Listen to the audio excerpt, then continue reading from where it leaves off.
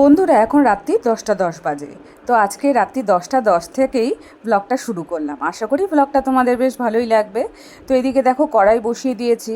হাজব্যান্ডের আবদার হচ্ছে এখন ডিমের অমলেট খাবে, ডিমের ঝোল কিন্তু আছে। তো এখন বলছে ডিমের ঝোল টোল কিছু খাবে না। দুপুরবেলায় যে টিফিন নিয়ে গেছিলো ওই টিফিন যেরকম আর কি দিয়েছি সেরকমই আর কি নিয়ে এসেছে। গরমে বলে খেতে ভালো লাগে না, ওর জন্য এক ফোঁটা আর কি ছুঁয়েও দেখেনি। তো ওটা আছে একদম, দেখো এই যে এখানে আর কি রেখে দিয়েছি। বাইরের কুকুরগুলো যে আছে ওদেরকে ভাত দিয়ে, মানে নষ্ট হয়নি অতটা, মানে নষ্ট হয়নি বলতে গেলে, অতটা কি নষ্ট হয়নি। তো আমি ফ্রিজে রেখে দিয়েছিলাম। তো এখন হচ্ছে ওদেরকে এটা দিয়ে ভাত দিয়ে আর কি আলু দিয়ে ডিম দিয়ে চটকে আর কি মেখে দিব। এখন ডিমের অমলেটটা ভেজে নিচ্ছি। সকাল হয়ে গেছে বন্ধুরা। তো 8টার থেকেই তোমাদের সাথে ব্লগটা শুরু করলাম তোমাদেরকে নিয়ে। তো আমার বন্ধুরা যারা যেখানেই আছো তাদের সুস্থতা কামনা করে আজকের ব্লগটা আমি শুরু করলাম। তো দেখো সকালবেলায় আকাশ বাতাস দেখতে বেশ ভালো লাগে, কালকে রাতে বেশ ভালো বৃষ্টি হয়েছিল। আকাশটা কি সুন্দর লাগছে। যে সকল বন্ধুরা আমার ভিডিওটা দেখছো প্লিজ লাইক করে দিও, কমেন্ট করো, প্রচুর প্রচুর শেয়ার করে দিও, সাবস্ক্রাইব অবশ্যই করে দিও। মর্নিং বন্ধুরা, শুভ সকাল। তোমরা কেমন আছো? আশা করি ভালোই আছো, আমি ভালো আছি। তো চলো আজকে ব্লগটা দেখতে থাকো। আজকে রবিবার, আবার একটা নতুন ব্লগ নিয়ে হাজির হয়ে গেছি তোমাদের সামনে। আশা করি আজকে ব্লগটা বেশ ভালোই লাগবে। তো কালকে রাত্রিবেলায় তোমাদেরকে বলছিলাম যে বিকালবেলায় আকাশটা আর কি মেঘলা করে আছে। তো রাত্রিবেলা কি ভোরবেলার থেকে অনেকক্ষণ ধরে আর কি বৃষ্টি হচ্ছে, বেশ ভালো আর কি বৃষ্টি হলো। এখন যদিও রোদ্দুর উঠবে মনে হচ্ছে। সকালে তো ভালোই বৃষ্টি ছিল, মনে হচ্ছে এখন সকালের দিকে রোদ্দুর উঠতে পারে। তো যাই হোক, আজকে তো রান্নাবান্না আছে জানোই। তাছাড়া মানে কাজকর্ম বলতে কি বলো তো, সকালবেলা হাজব্যান্ডের জামা কাপড় যেগুলো ছিল, তো সপ্তাহে একদিন করে জিন্সের প্যান্টগুলো আর কি মানে কাচা হয়, মানে জিন্স যেগুলো আর কি পরে আর কি। তো সেগুলো আর কি কেচে ধুয়ে মেলে দিলাম। তো ছাদে এসেছি, ইষ্টবিতি করা হয়ে গেছে, চা খাইনি এখনও। তো এবার কী হয়েছে বলো তো, আমি তো জামা কাপড়গুলো ছাদে আর কি সকাল সকাল মেলতে এসেছি। তো মেলা টেলা হয়ে গেছে, বা নিচে চলে গেছি, নিচে গিয়ে চাটা আর কি বসিয়েছি। তো চাটা যখন বসিয়েছি তখন আমার ফট করে মনে হলো, এ বাবা আমি তো ইষ্টবিতি করিনি, সকালে আর কি ঠাকুরের ইষ্টবিতি করি, তো সেটা তো করিনি। তারপরে আর কি মানে চাটা আর কি মানে রেখে দিয়ে আর কি চলে এসেছি, এসে ঠাকুরের ইষ্টবিতি করলাম। চা খাইনি কিন্তু, মানে খালি বসিয়েছি আর কি বলতে পারো। ছাদে এসেছি, জামা কাপড় মেলেছি, তো ভুলেই গেছি যে হচ্ছে মানে ইষ্টবিতি করিনি। তো তারপরে যখন চাটা মানে বসিয়েছি তখন আর কি দেখো কীরকম ভগবানকে যদি সত্যি ভালোবাসা যায় তারপরে সত্যি তার একটা মানে কিন্তু আলাদা টান আছে। তো আমি হচ্ছে যখন মানে চাটা বসিয়েছি হঠাৎ করে আমার মনে পড়লো যে আমি তো সকালবেলা ইষ্টবিতি করিনি। তো তারপরে আর কি চাটা রেখে আমি একদম চলে এসেছি। তো এসে ইষ্টবিতি করলাম, এখন করে তারপর এখন নিচে চলে যাব। নিচে গিয়ে আগে চাটা খাবো, চা খেয়ে তারপর যেগুলো কাজকর্ম আছে সেগুলো করতে থাকবো। তো চলো দেখতে থাকো। আজকে রবিবার, রবিবার মানেই তো রান্নাবাড়ির দিন। তো সেজন্য সকাল সকাল রান্নাঘরে চলে এসেছি।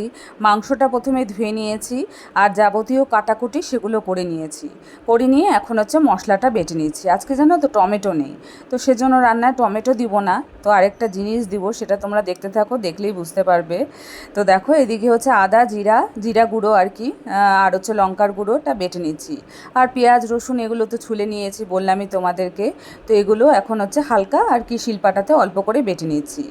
তো না বাটলেও চলে অনেক সময়, মানে এরকমভাবে আর কি কেটে দিলেই হয়ে যায়। তো আমি একটু বেটেই নিচ্ছি, বেটে দিলে বেশ ভালো হয়, তার জন্য অল্প করে আর কি শিলপাটাতে বেটে নিচ্ছি। তো এদিকে দেখো বাটা হয়ে গেছে, এদিকে পেঁয়াজ রসুন পেস্টটা আলাদা করে রেখেছি, এখানে মশলাটা আলাদা করে রেখেছি। আর ওপাশে আলু দিব, তার জন্য আলুটাও কেটে নিয়েছি, কেটে আলাদা করে রেখেছি। A to Z আর কি করা হয়ে গেছে। এদিকে মাংসটাও ধুয়ে নেওয়া হয়ে গেছে। মাংসটা এখন ম্যারিনেশন আর কি করতে চলে যাব। তো সেজন্য যাবতীয় যেগুলো জিনিসপত্র লাগে সেগুলো আর কি মাখিয়ে নিচ্ছি। কালকেই হাজব্যান্ড মাংসটা নিয়ে এসেছিলো। তো রাত্রিবেলায় ধোয়াধুয়ি করিনি, কেন কি বলো তো, গায়ে ছেটে তো জল ঝুল ভালো লাগে না, রাত্রিবেলা করে মাছ মাংস ধোয়া ভালো লাগে না, ভাজাও ভালো লাগে না। তাও কোনো কোনো সময় মিনিদের মাছ যখন ভাজতে হয় তখন ওটা করতেই হয়, না থাকলে একদমই। তো সেজন্য অনেক সময় মানে অপারগ হয়ে আর কি করতে হয়।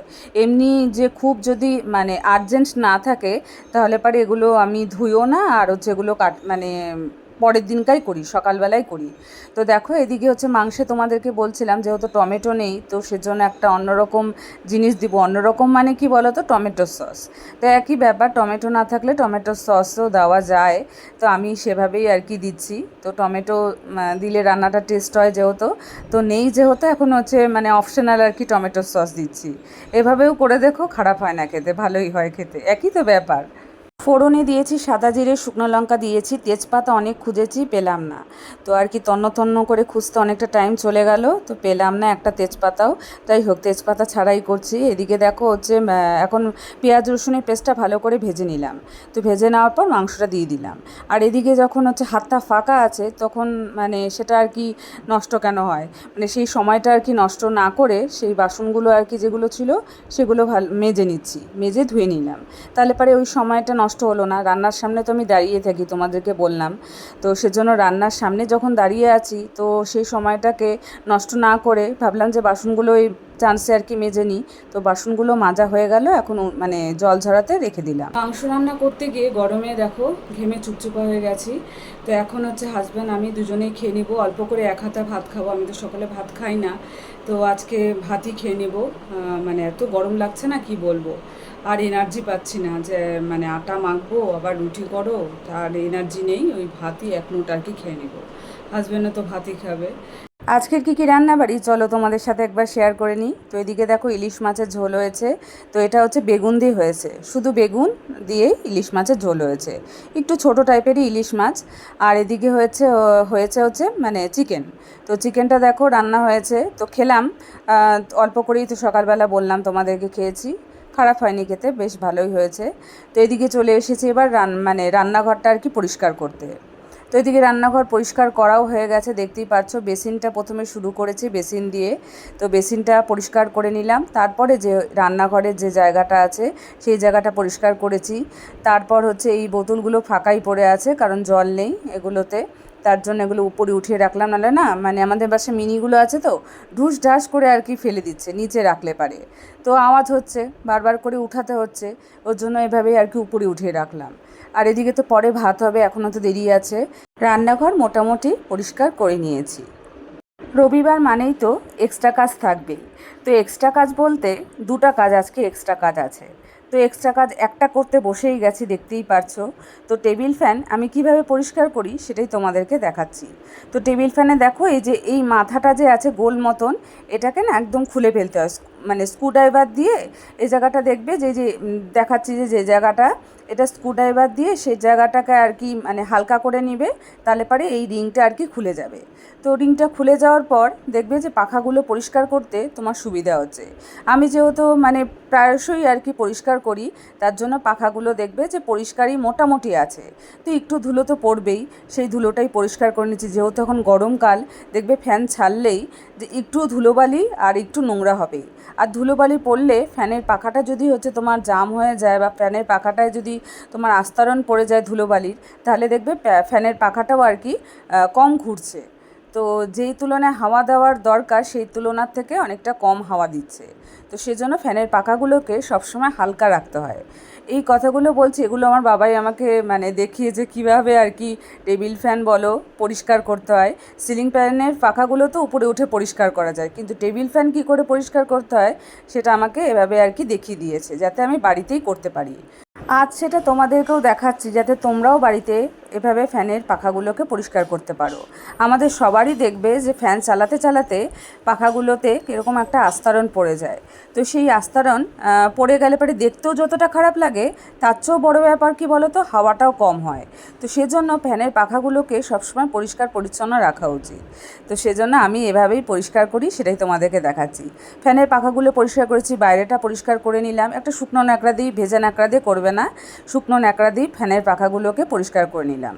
এবার ফ্যানটা দেখতে কি সুন্দর লাগছে দেখতে, একদম পরিষ্কার চকচকে, হাওয়াটাও কিন্তু বেশ ভালোই আর কি, ঠান্ডা ঠান্ডা হাওয়া দিবে।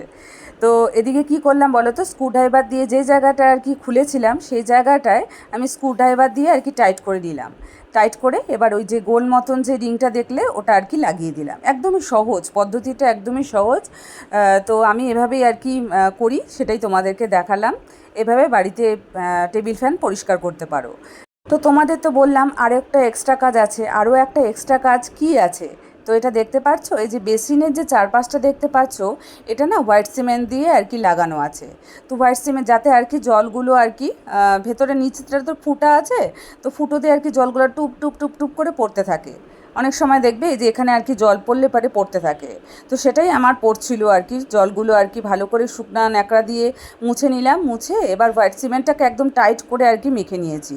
মেখে এই জায়গাটা আর কি দেখো দিয়ে দিলাম। তাহলে এখন হচ্ছে মানে শুকাতে দিতে হবে কিছুক্ষণের জন্য, মানে 2-3 ঘন্টার মতো শুকাতে দিতে হবে। না শুকালে কিন্তু ওর মধ্যে জল পড়লে কিছুই হবে না, শুকাতে দিতে হবে। তারপরে দেখো এই জায়গাটা টাইট হয়ে যাবে জায়গাটা।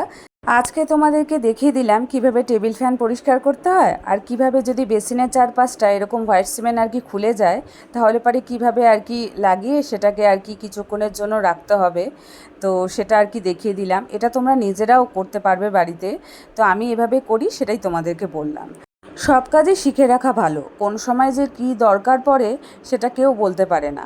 তাই তোমাদেরকে দেখিয়ে দিলাম। আর কি বলো তো, মিস্ত্রি ডাকলেও তাকে টাকা দিতে হবে, তো এইটুকু কাজের জন্য।